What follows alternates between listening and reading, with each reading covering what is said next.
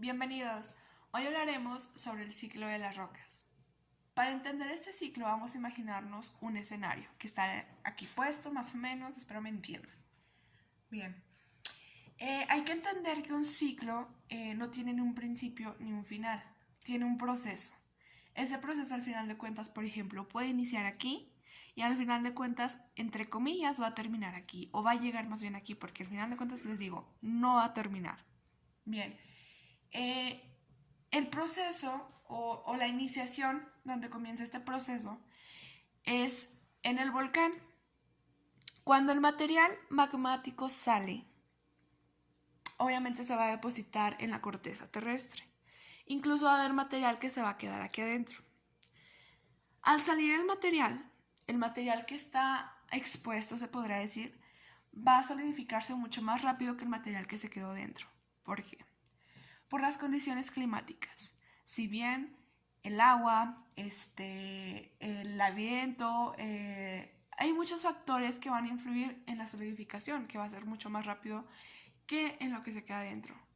Porque en el que se queda dentro va a tener una más lenta solidificación gracias a que va a tener la misma temperatura, no le va a dar chance a que se convierta en roca. Entonces va a tender a tener cristales grandes por lo mismo, a su solidificación muy lenta. Ahorita tenemos esa parte del por qué se forman cristales grandes y cuál es el proceso que lleva dentro. Al momento que sale el material y se convierte, más bien se solidifica y se convierte en roca, la vamos a llamar rocas ígneas. Estas rocas ígneas van a tener dos caminos. Uno refiere a las rocas extrusivas, que son a las que se le llaman las solidificaciones por fuera. Por lo mismo de que su nombre lo dice, extrusivas de exterior. En las extrusivas vamos a tener un proceso llamado intemperismo.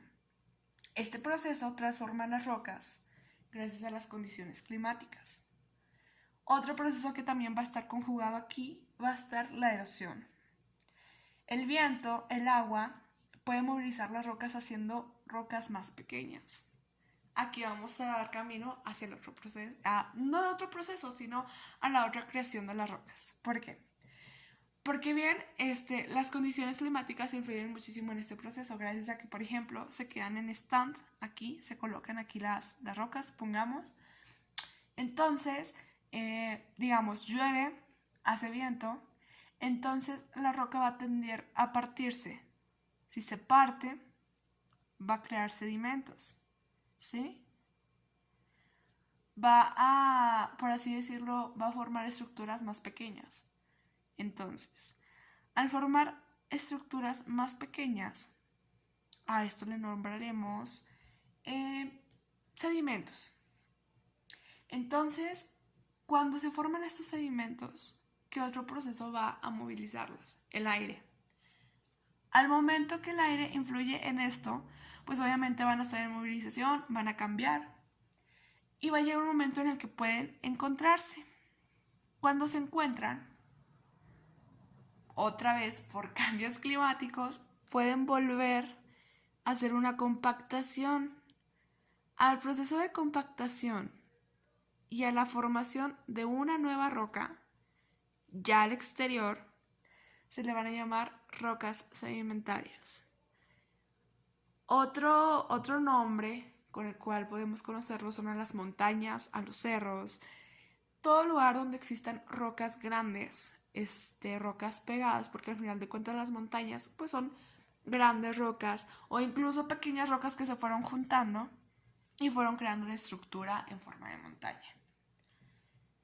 Lo mismo, se puede regresar el proceso de rocas sedimentarias a rocas ígneas por el proceso de movilización y los cambios climáticos. Es un cambio constante, por eso es un ciclo, es una parte del ciclo.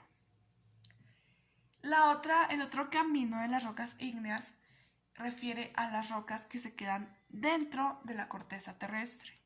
A estas rocas las llamaremos rocas intrusivas. El camino de las rocas intrusivas, digamos que son rocas que se quedan atrapadas ahí por muchísimo tiempo. Entonces, son movilizadas, pero ¿por qué serán movilizadas? Bien, en un volcán con constante activación, obviamente va a estar dando y dando y dando y dando material, ¿no? Material magmático va a salir y va a estar en constante, pues sí, movimiento adentro. Entonces supongamos que esta roca va a ir cada vez más abajo, más abajo, más abajo, más abajo, más abajo, más abajo, ¿ok?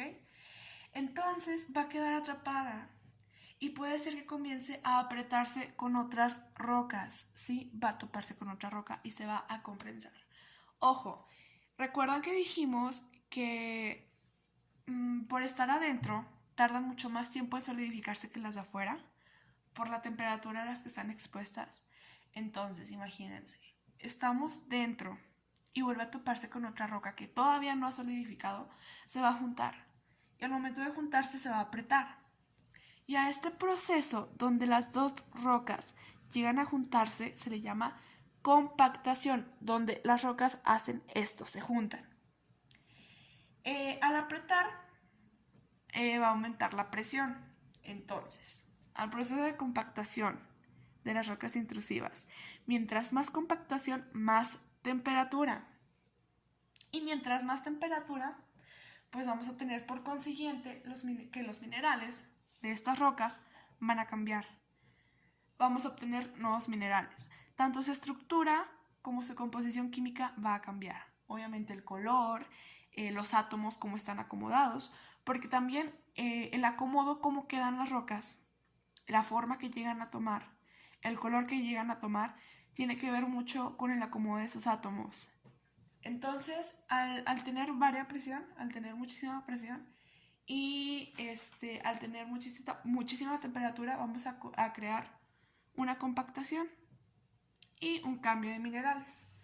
A este proceso, a nivel estructural y químico, al cambio se le refiere a rocas metamórficas. Un ejemplo muy claro de rocas metamórficas es el mármol. El mármol, pues como lo conocemos, es muy pesado, es muy denso, es incluso su color, lo conocemos como que el mármol es blanco, es una roca igual cara, una roca muy bonita que se llega a utilizar como en los arreglos de las casas, tanto mesas como incluso en algunas, refiriéndose a la joyería, en algunos collares y sí, pues lo llegamos a ver y wow, ¿no? Pero esta roca estuvo bajo muchísima temperatura en la corteza de dentro, en la corteza interior. Entonces este mármol lo vemos blanco, pero al final de cuentas era negro. Entonces era lo que referíamos, ¿no? Volvemos a lo mismo. Al cambio de presión, de la temperatura, pues vamos a ver un cambio de minerales y todo eso. ¿Cómo vamos a referir que llegan a suceder este proceso? ¿Cómo vuelve a regresar al volcán? ¿Y cómo es que da vueltas todo este ciclo? Muy bien. Pues vamos a hablar ahora de las placas tectónicas para entender un poquito más el tema. Dependiendo de los límites de la corteza, vamos a generar una nueva corteza en los límites divergentes. Pero también vamos a destruir la corteza terrestre a los límites convergentes. ¿Cómo explicamos eso? Mediante el proceso de subducción. Tengamos en cuenta que esta es una placa, ¿no? Y esta es otra placa. Entonces lo que van a hacer nuestras placas van a hacer que la placa, una de las dos, va a meterse por abajo de la otra, ¿no? Entonces al meterse, ¿qué vamos a hacer? Pues lo mismo que ya había explicado. Esta placa va a tender a estar por debajo, más presión, más presión, más presión, y obviamente pues vamos a crear eso de que más temperatura, van a cambiar los minerales, y va a haber otro proceso de que pues esta capa va a quedar arriba, al final de cuentas la de abajo en algún momento por activación de volcán va a salir, y la placa que quedó arriba de la otra, pues obviamente ahora otra placa va a ser la que va a estar sobre arriba de ella. O sea, ese es un proceso. Por eso es un ciclo de que todo lo que vuelve abajo, pues va a volver arriba y viceversa, ¿no? Aquí tenemos un ejemplo de una piedra ¿sí? Esta piedra ya fue sometida a varias temperaturas. Esta piedra pues fue rescatada de la corteza interior. Entonces, llévame un poquito aquí. Bueno, si podemos apreciar, esta piedra tiene diferentes colores, tiene diferente textura. Les puedo, bueno, como es video, pero les puedo asegurar que como se siente aquí, no se siente acá. Se siente hasta diferente, ¿no? El color, les digo, podemos notar que aquí se ve un poquito brilloso, en otras partes no brilla. Y pues como, perdón, cómo está formada, ¿no? Estructuralmente, que tiene pues varios picos, agujeros, o sea, está formada de muy diferente manera. Pero esta piedra ya fue sometida a varias temperaturas. Esta piedra, como les digo, fue sacada de interior de la corteza. Estos colores explican la temperatura a la cual fue sometida, donde se encontró incluso los materiales que llegan a tener, ¿no? Los materiales por el cual está compuesto. Bien, entonces, por ejemplo, esto que brilla se le conoce como pirita, un oro de los tontos. También, esta pirita, no se va a encontrar en la superficie. Se va a encontrar a cierta temperatura sometida bajo la tierra, ¿no? Entonces, bien, esta ya fue sacada, extraída, pero ahora veamos el ejemplo de otra roca. Nada que ver, ¿verdad? Ya cambia un poquito el color a cómo está esta. Ya esta está un poquito más oscura, ya tiene tonaciones pues más brillantes. Esta ya, si podemos observar, ya no tiene pirita. Vamos a enfocarla. Ya no tiene pirita. Si nos fijamos muy bien, ya tiene detonaciones más plateadas. Sí, ya tiene pequeños cristales que destellan. Y pues si vemos, pues ya está un poquito más oscura.